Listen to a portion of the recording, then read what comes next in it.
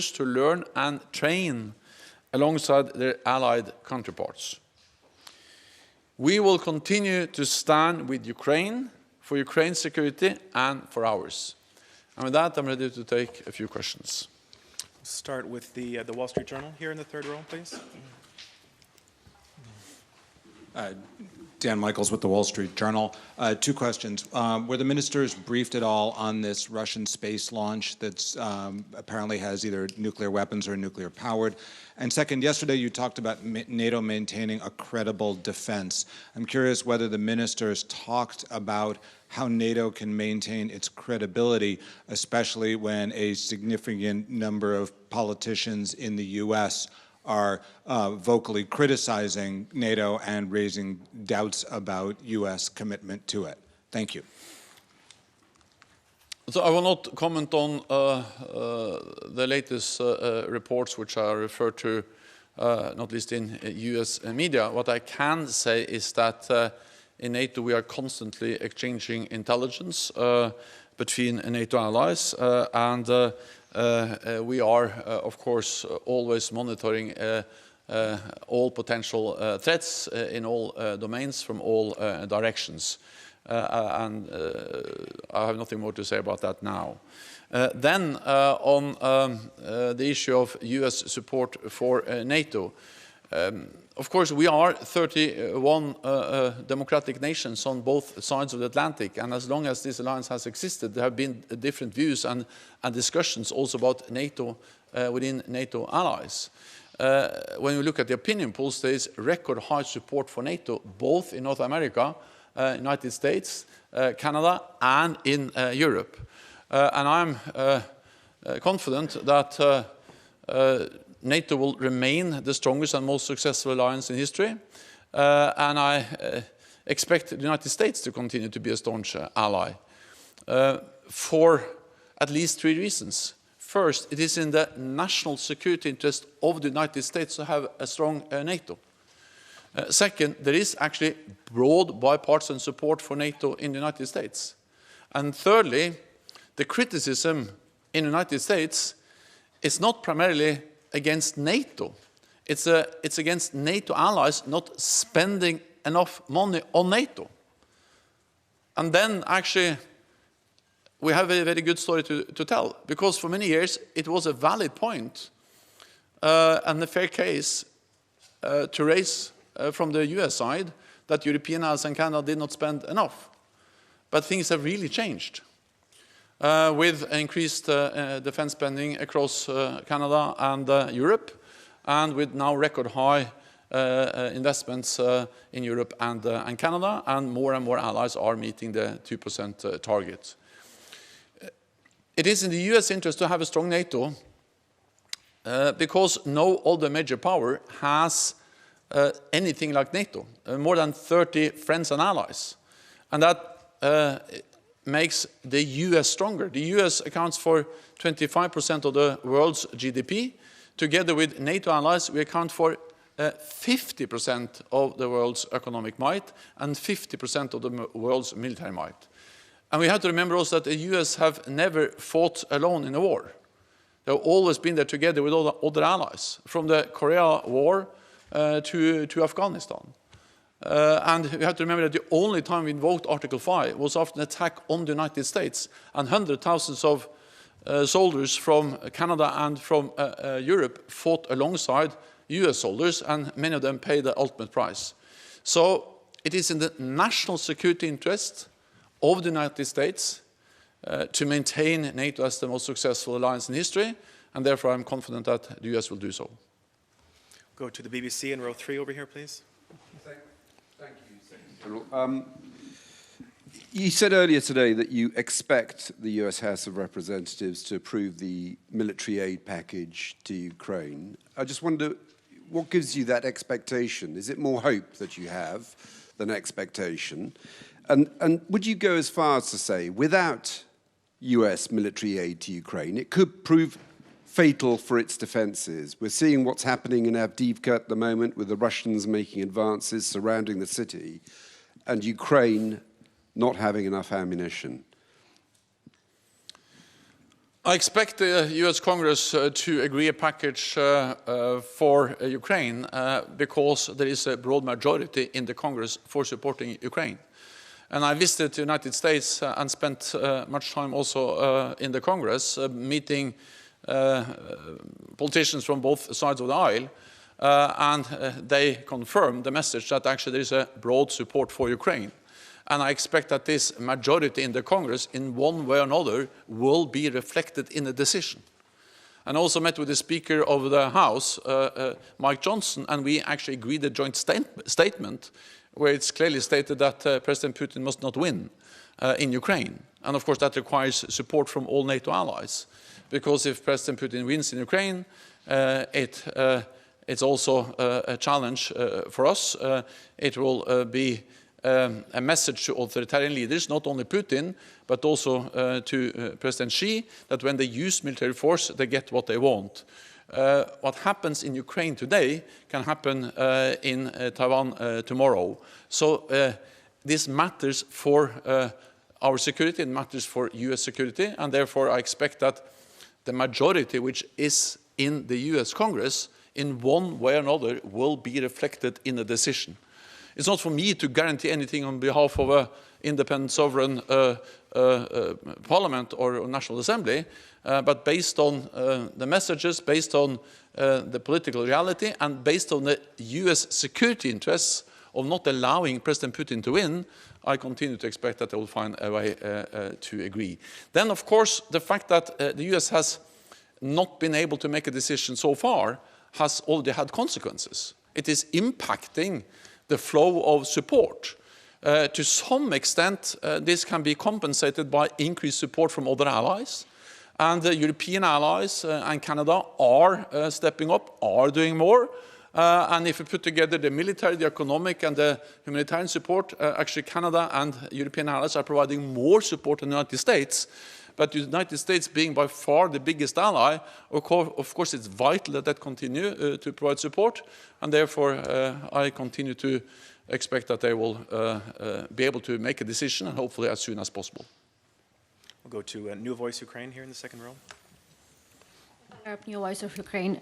Secretary General, U.S. Ambassador to NATO Julian Smith said she does not expect NATO to offer Ukraine membership at the Washington summit. What needs to happen for Ukraine to receive these invitations? And don't you think that Ukrainians who give their lives daily for its own and Europe's security deserve concrete terms and timing about joining the NATO? And the second question is, it is known that Ukraine expects to receive F-16 fighter jets this spring. Is it realistic? And will Ukraine actually receive them? Additionally, how would you estimate the chances that F-16s will help Ukraine achieve air superiority against Russia's more modern jets? Is NATO considering providing Ukraine with even more modern fighter jets after the F-16? Thank you. Ukraine is closer to NATO membership than ever before, and that's because we made important decisions at our summit in Vilnius last year. Because then we decided to turn the membership process for Ukraine from a two-step process to a one-step process by removing the requirement for a membership action plan. Because normally we have had as requirement before an invitation can be issued to an applicant country, they have to be part of something we call a membership action plan. We said Ukraine doesn't need that, so that just by doing that we made the whole accession process much more simple and faster for Ukraine. The other decision we made was to establish the NATO-Ukraine Council that met today, which is a platform to strongly deepen our political cooperation and move again Ukraine closer to membership in strengthening our political cooperation. Then, thirdly, we agreed a comprehensive program for interoperability, meaning ensuring that the Ukrainian armed forces should have standards, doctrines, procedures which makes them fully interoperable with NATO soldiers and the armed forces. And by doing that, the aim is to move Ukraine so close to membership that when you make the decision, they can become member very, very quickly. In one way, as we have seen with Finland and Sweden, where actually they applied for membership in May, and already in July the same year, they were both invited to become members. Then actually today, we decided to establish the Joint Evaluation and Training Center, yet another tool to ensure that we will bring Ukraine to that level where they very quickly can become a full member of the alliance. Then, of course, an invitation will be made when all allies agree and the conditions are met. We are now moving closer and closer to that point. Go next to Efe in the third row in front of me here, please. Yeah, to be honest, I forgot that question. Well, F-16s, I think that's a big contribution by NATO allies to provide Ukraine with F-16s. And of course, these planes also have a lot of modern equipment systems, which makes the F-16s a very potent and important weapon for Ukraine. The effort now, and that was addressed in a meeting, is that Denmark and Netherlands are leading the effort, supported by many other allies, Belgium, Norway and others, to provide the training, to provide the spare parts, to provide the technical assistance, the maintenance capabilities, to actually make the F-16s a sustainable and important capability for Ukraine. There is no silver bullet. There is not one system that will change completely the situation on the battlefield or in the air. But well-trained, well-equipped, well-maintained F-16s will add significantly to the Ukrainian fighting capability. That also gives me, what should I say, an opportunity to highlight another thing when it comes to burden sharing on support for Ukraine. Not only are European allies and Canada providing substantial support, and actually more support in total than the United States to Ukraine, but they are also leading the way on many of the weapons. There were Europeans that were first to deliver battle tanks, first to deliver long-range missiles, first to deliver cruise missiles, and the Europeans have also been leading the way when it comes to delivering fighter jets to Ukraine. So the message is that the support for Ukraine is not the United States is doing alone. It's something actually NATO allies, Europe, Canada and the United States are doing together, and therefore we should continue to do it together, all of us, because it matters for our security. We have time for just one or two more. We'll go back to Efe here, please, third row. Julio Galvez from the Spanish news agency EFE. If you could give any more details about this new joint center, for example, where it will be located, how many soldiers will it be possible to train, and when it will be launched? It will be located in Bydgoszcz, Poland. Then it remains to be decided on many of the details. What we have made now is a political decision, and then we need to implement that decision in the coming weeks and months. So today's decision is a start of a process. The training center will enable Ukraine to share lessons learned from the Russian war. This will benefit them and us, and it will also create a platform, a framework to train alongside allied, NATO allied troops. Our expert will now work on the details, and I expect NATO leaders will take the final decision later on this year. Then we'll go to Romanian National Radio in the fourth row, please. Thank you. Bogdan Isopescu, Radio Romania. There is a multiple allied naval presence around Europe, including in Baltic and North Sea. On the other hand, in the Black Sea, we have just Romanian, Bulgarian, and Turkish presence, no other ally. And that in spite of the need for deterrence, for demining, for protecting the critical infrastructure. And when I'm asking that, I'm taking into account the Montreux Agreement, but still. And also regarding the Black Sea, Turkey does not allow ships donated to Ukraine by certain allies to enter Black Sea. It looks like one NATO ally is blocking other allies in helping Ukraine. What do you think about that?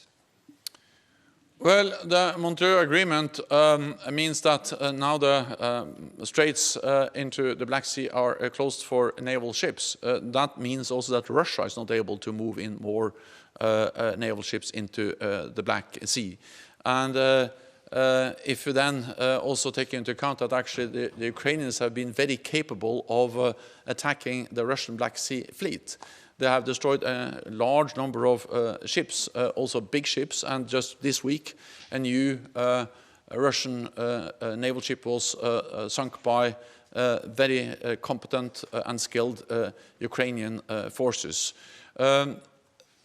What I welcome is that Bulgaria, Romania and Turkey, three NATO allies and littoral states to the Black Sea, are actually working together on demining, and that was also mentioned in the meeting today, and also that the combination of what these three NATO allies do, also allowing Ukraine to use their territorial waters, and the great victories that Ukraine has achieved in the fight against the Russian Black Sea fleet.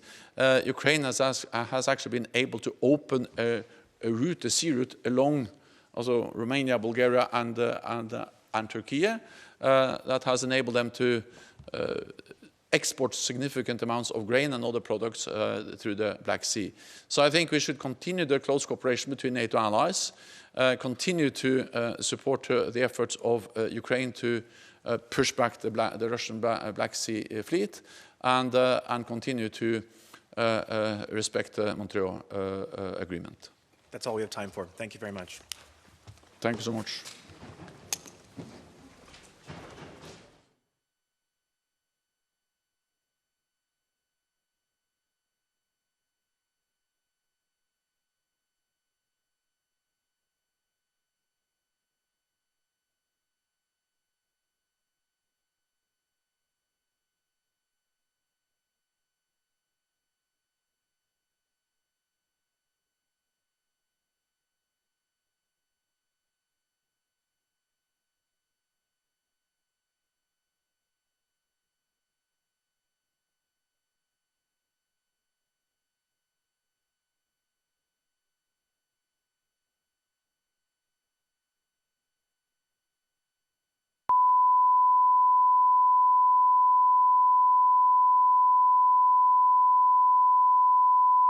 This is Channel 1, the original audio.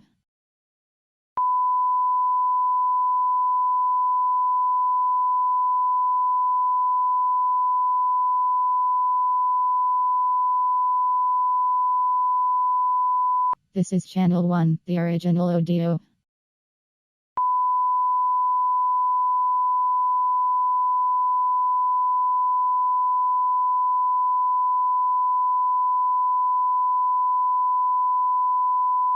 This is Channel 1, the original